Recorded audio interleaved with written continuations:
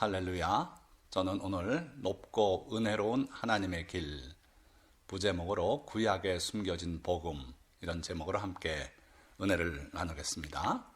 자, 오늘 우리가 함께 은혜 받으실 이 부분은 에스겔서 18장을 중심으로 할 텐데 18장 2절부터 3절까지 말씀을 보니까 너희가 속담에 이르기를 아버지가 신포도를 먹었으므로 그의 아들의 이가 시다고 함은 어찌 됨이냐.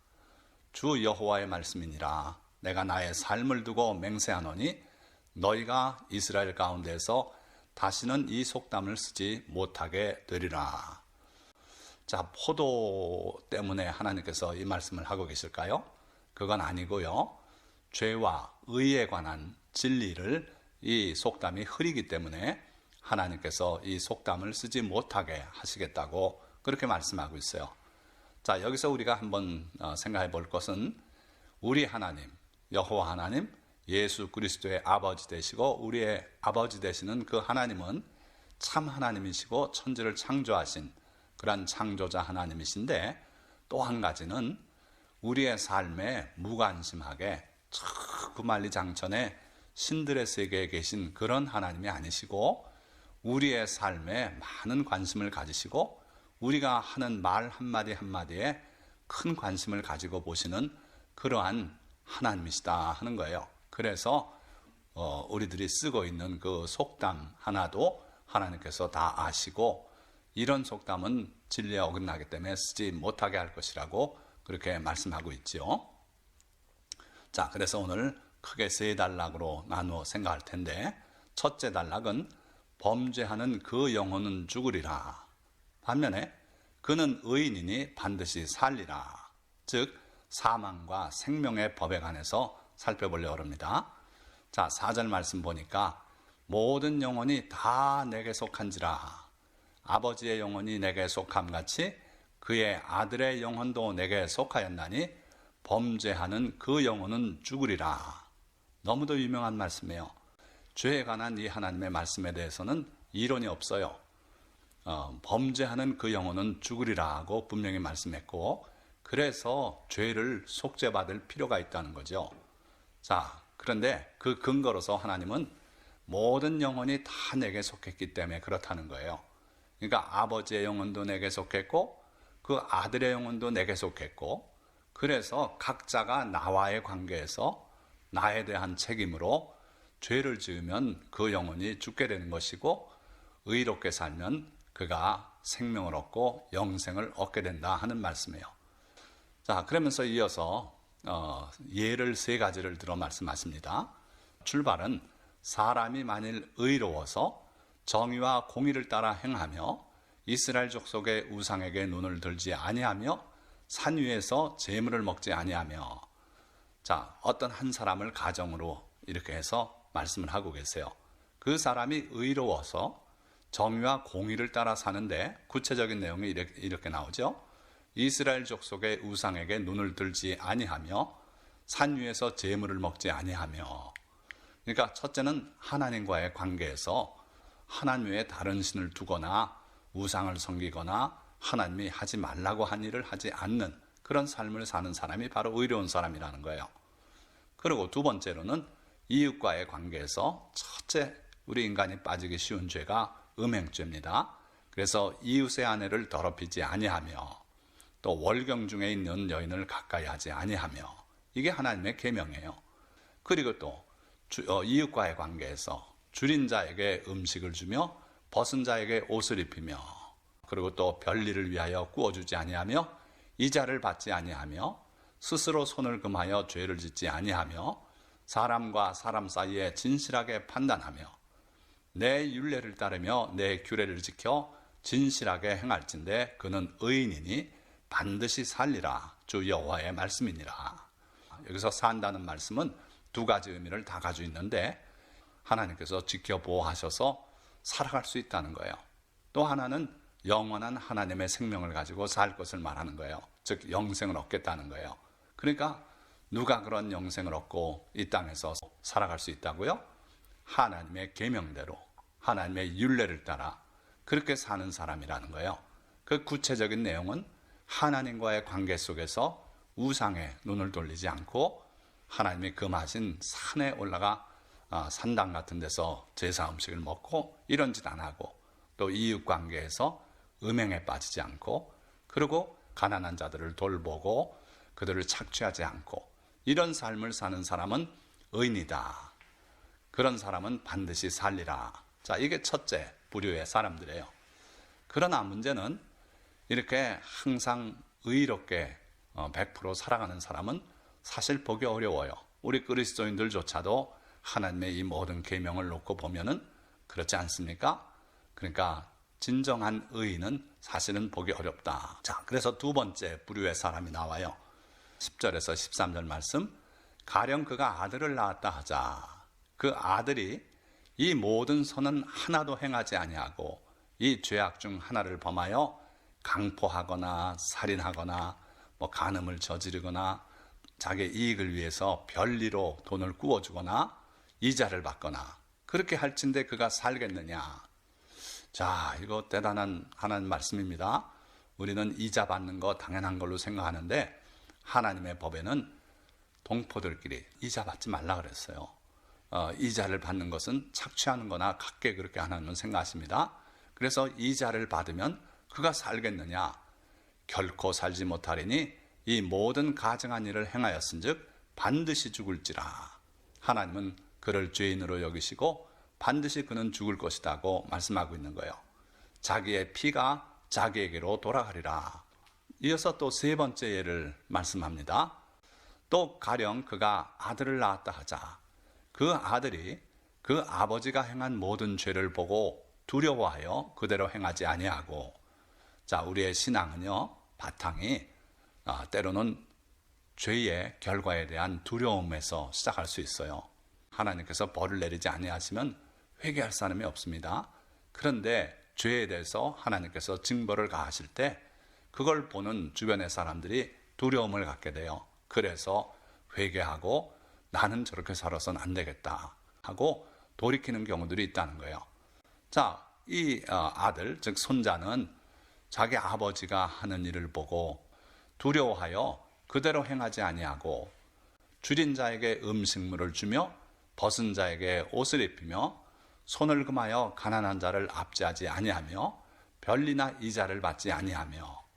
그러니까 아까 그 첫 인물 할아버지 때 삶으로 이 손자는 돌아갔지요.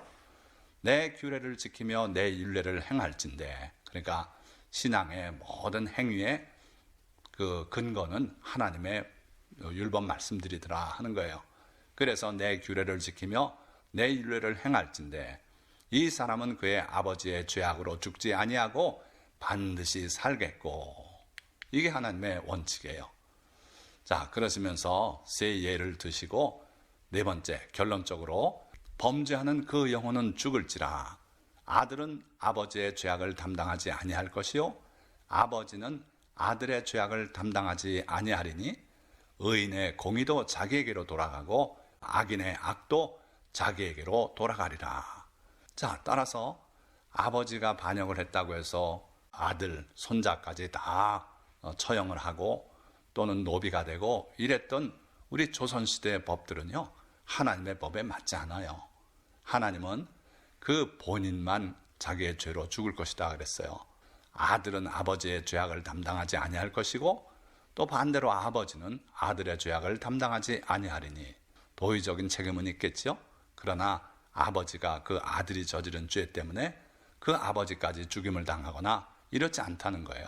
의인의 공의도 자기에게로, 악인의 악도 자기에게로 돌아가리라 하고 분명히 말씀하고 계세요. 두려워해야 될 하나님의 법칙이죠. 자, 여기까지 봤다면 구약의 하나님은 대단히 두려운 하나님이라고 생각할 수도 있어요. 죄인은 반드시 죽어야 되니까. 그런데 이제 두 번째 단락을 우리가 살펴볼 텐데 여기에 바로 그 구약에 숨겨진 복음이 드러나더라 하는 거예요. 자, 죄인의 회개를 하나님이 말씀하고 있어요. 보니까요, 그러나 악인이 만일 그가 행한 모든 죄에서 돌이켜 떠나 내 모든 율례를 지키고 정의와 공의를 행하면 반드시 살고 죽지 아니할 것이라. 자, 아까 보니까 죄 지은 영혼이 죽겠다 그랬지 않았습니까? 그런데 만약에 악인이 그가 행한 모든 죄에서 돌이켜 떠나서 내 모든 율례를 지키고 정의와 공의를 행하면 어떻겠다고요? 반드시 살고 죽지 아니할 것이라. 이게 복음인 거예요. 회개하라, 천국이 가까이 왔느니라. 예수님께서 오셔서 외치지 않았습니까? 바로 이 말씀이에요. 회개하라는 거죠. 회개하면은 반드시 살고 죽지 아니할 것이다. 살 길이 있다는 거예요. 이거야말로 복음입니다. 22절에는 그 범죄한 것이 하나도 기억됨이 되지 아니하리니 그가 행한 공의로 살리라. 사는 길을 하나님이 말씀하고 있어요. 누구에게? 죄인에게. 죄인이지만 살 길이 있다. 돌이켜라, 돌이켜라. 그리고 지나간 모든 죄에서 떠나거라. 그리고 내 율례와 내 규례대로 정의와 공의를 실천하면서 살거라. 그러면은 죽지 않고 살 것이고 그 범죄한 것이 하나도 기억함이 되지 아니하리니 그가 행한 공의로 살리라. 자, 이 죄인이 회개했다 그래도 지난 예를 들면 30살에 회개했다 그럽시다. 30년간 저지른 죄가 얼마나 많겠어요. 그런데 30살 되는 어느 날 하나님의 말씀에 감동을 받아서 그가 돌이켰어요. 회개했어요. 그리고 40까지 살았다 그래 봅시다. 그랬으면 10년 동안 또 의를 행하고 살지 않겠습니까? 그러면서도 때로는 또 실수해서 죄를 짓기도 해요.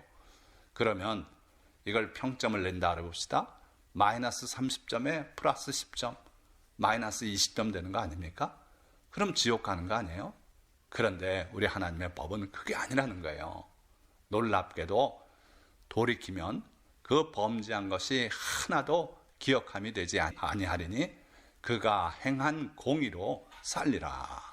하나님은 은혜롭게도 그가 범죄한 과거의 모든 죄는 기억함이 되지 않겠다 그랬어요. 또 다른 성경에서는 동이 서에서 먼 것 같이 우리의 죄과를 우리에게서 옮기셨다 그랬어요. 시편 103편의 말씀이에요.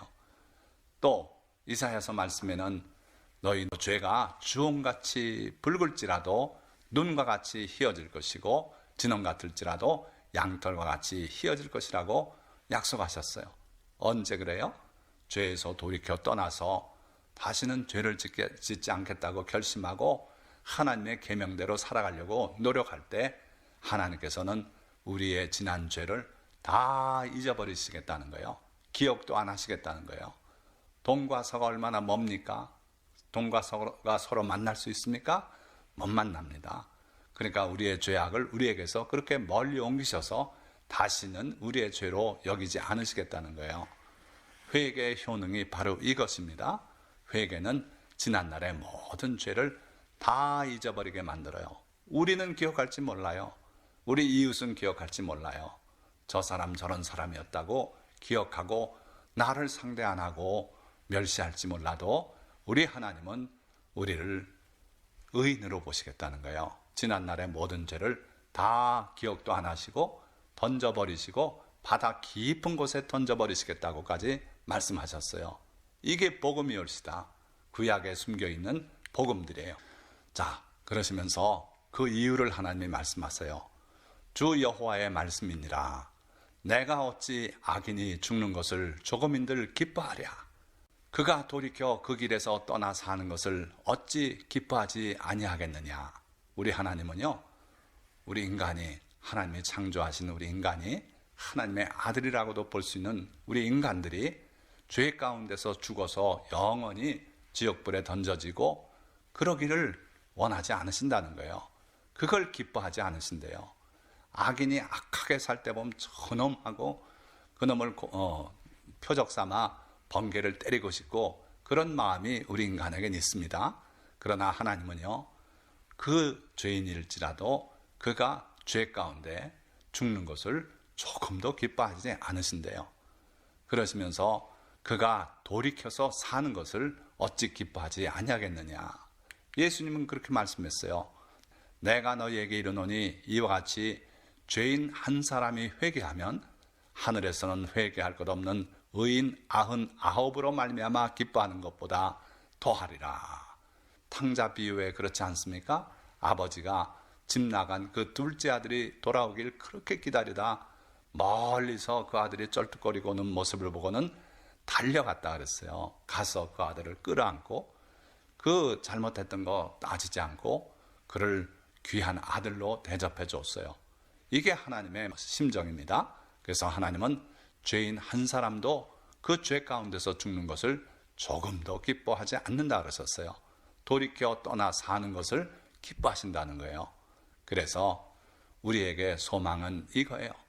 우리 하나님께서는 우리가 돌아오기만을 기다리시고 우리가 회개하면은 우리의 모든 죄를 다 잊어버리고 소를 잡게 하시고 양을 잡게 하시고 그리고 좋은 신을 신기고 옷을 입히고 손에 가락지를 끼우고 아들의 지위를 회복시켜 주시는 이게 바로 하나님의 심정이고 하나님의 의인과 죄인에 대한 그 원리예요.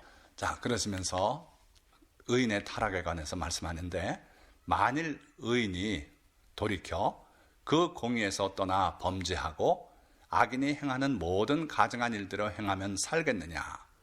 그의 행한 공의로운 일은 하나도 기억함이 되지 아니하리니 그가 그 범한 허물과 그 지은 죄로 죽으리라. 자, 잘 보세요. 조금 전에는 죄인이 악인이 모든 죄와 악에서 돌이켜서 하나님의 법도대로 살기로 그렇게 작정하고 그렇게 살아가면 그의 지나간 날의 모든 죄를 기억 안 하시겠다 그랬잖아요. 자, 똑같은 원리로 우리 하나님은 공평하신 분입니다. 똑같은 원리로 만약에 의인이 돌이켜서 그 공의에서 떠나 범죄하고 악인이 행하는 모든 가증한 일을 행하면 살겠느냐? 못 산다는 거예요. 그 죄은 죄로 죽으리라. 그때 또한 마찬가지로 그가 행한 공의로운 일은 하나도 기억함이 되지 아니하리니. 그러니까 의인일지라도 그가 돌이켜서 악한 행습을 따라 살고 지나간 의인은 하나의 추억에 불과하고 하다면 하나님은 그 지나간 추억을 잊으시겠다는 거예요. 그의 의로운 행위를 다 잊으시고 오늘 그가 악인으로 살고 있으면 그를 악인으로 보시겠다는 거예요.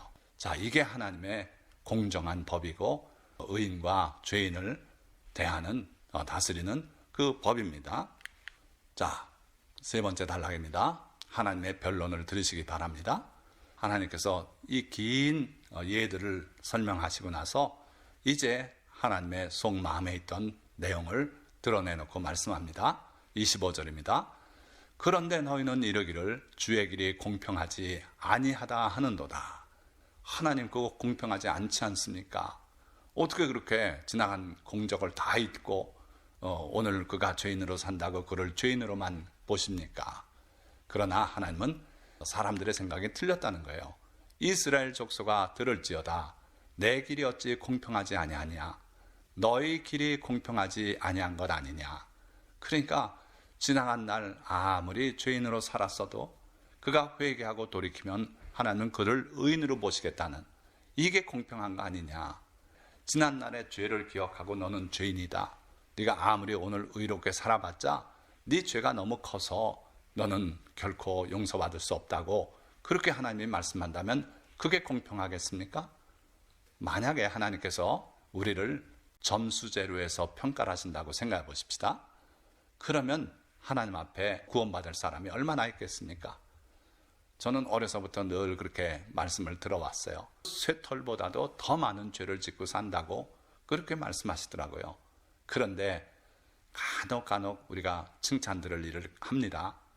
그렇다고 해서 내가 선한 일을 한 그것이 내가 지은 죄보다 많겠습니까? 그렇지 않아요.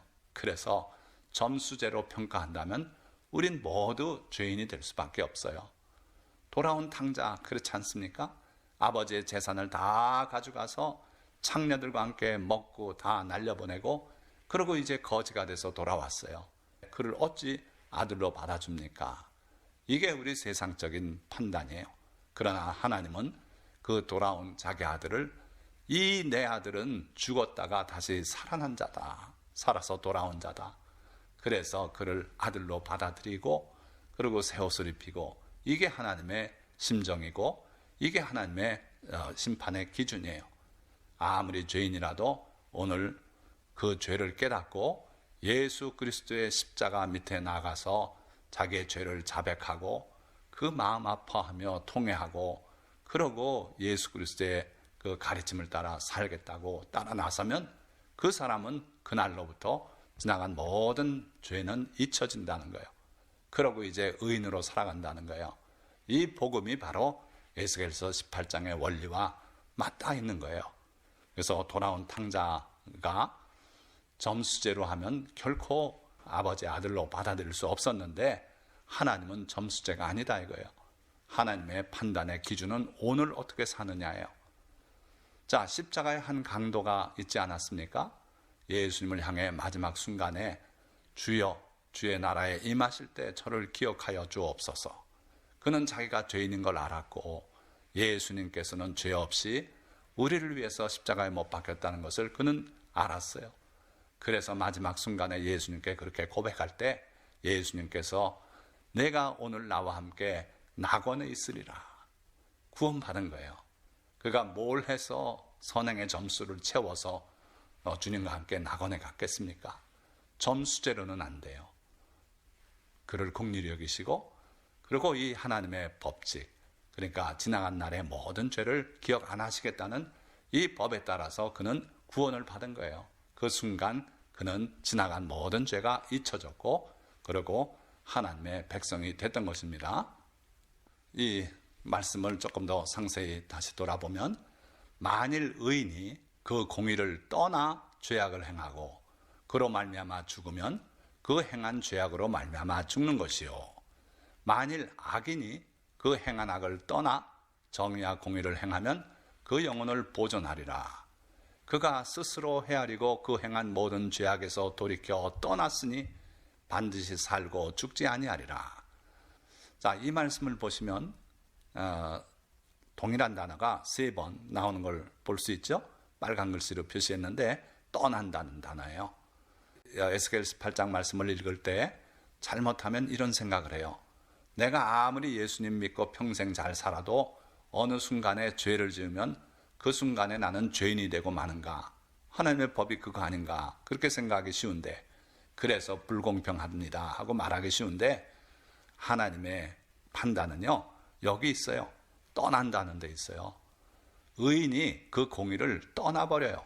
한 번 실수해서 죄를 범하는 거 말고 그 의의를 가치 없다고 생각하고 팽개치고 떠나버린 거예요.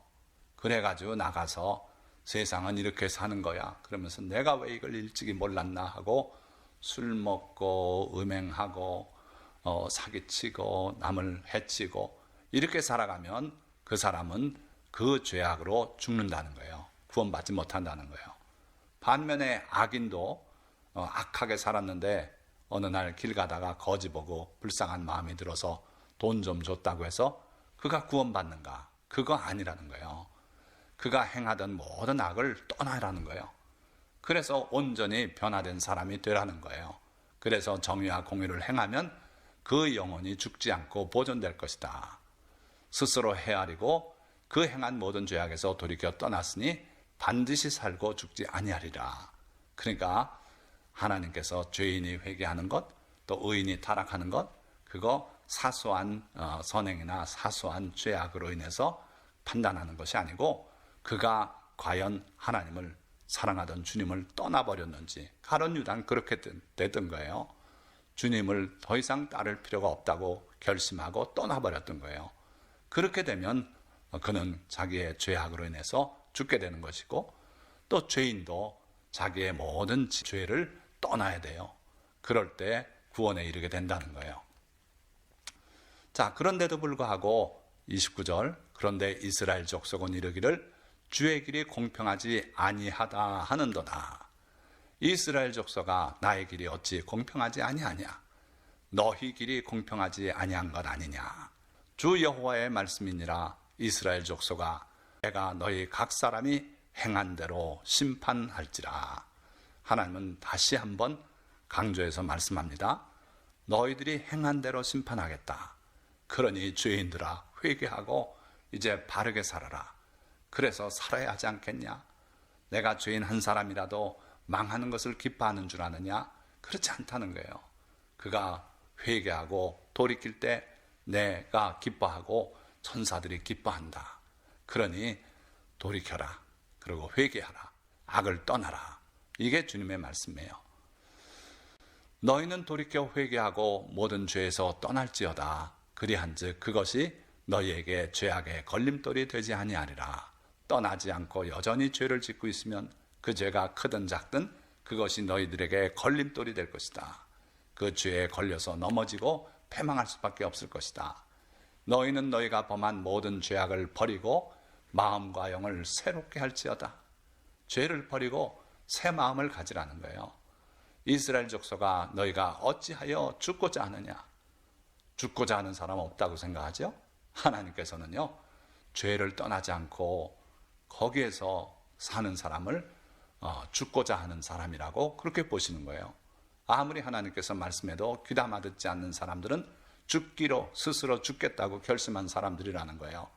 여러분들은 그런 어리석은 자가 되지 마시고 돌이켜서 하나님의 말씀 따라 살아가면서 생명을 얻는 여러분들이 다 되시기를 축원드립니다. 주 여호와의 말씀이니라.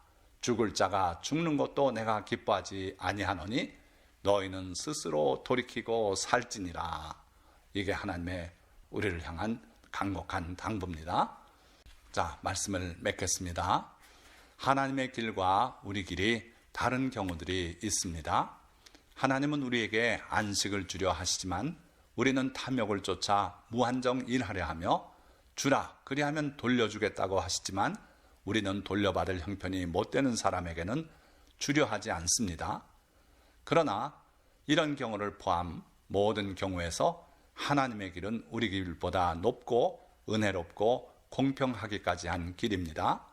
죄와 공의에 대한 길, 즉 원리도 그렇습니다. 하나님은 모든 영혼이 하나님께 속하였으며 범죄하는 그 영혼은 죽으리라 선언하셨습니다. 부모나 자식의 죄 때문이 아니라 자기 죄 또는 공의에 따라 죽고 사는 것이 결정된다는 것입니다. 그러나 하나님은 한 명의 죄인이라도 그가 죄 가운데 죽는 것을 기뻐하지 않으시고 그가 회개하여 살기를 바라십니다. 그래서 악인이라도 돌이켜 회개하고 그 모든 악에서 떠나 공의롭게 살면 그의 지난 죄는 기억되지 않을 것이며 그는 지난 죄로 죽지 않고 지금의 의로 살게 될 것입니다. 반대로 의인이 돌이켜 떠나 온갖 악을 저지르며 살면 그의 의도 기억되지 않고 그는 지은 죄로 죽을 것입니다. 이것이 바로 높고 은혜롭고 공평한 하나님의 길입니다. 따라서 우리가 사는 길은 첫째, 악에서 떠나 주께 돌아가며 둘째, 우리 죄를 위해 보혈을 흘려주신 주님 앞에 우리 죄를 자백하고 회개하여 죄사함을 받고 셋째, 마음을 새롭게 하고 넷째, 주님과 동행하며 그의 계명을 따라 의롭게 사는 그 길입니다. 여러 성도님들이 다 같이 이러한 길을 걸어가시고 천국문에서 천사들의 환영을 받고 주님의 나라에 들어가시는 모든 성도님들 되시기를 주님의 이름으로 축원합니다. 기도하겠습니다.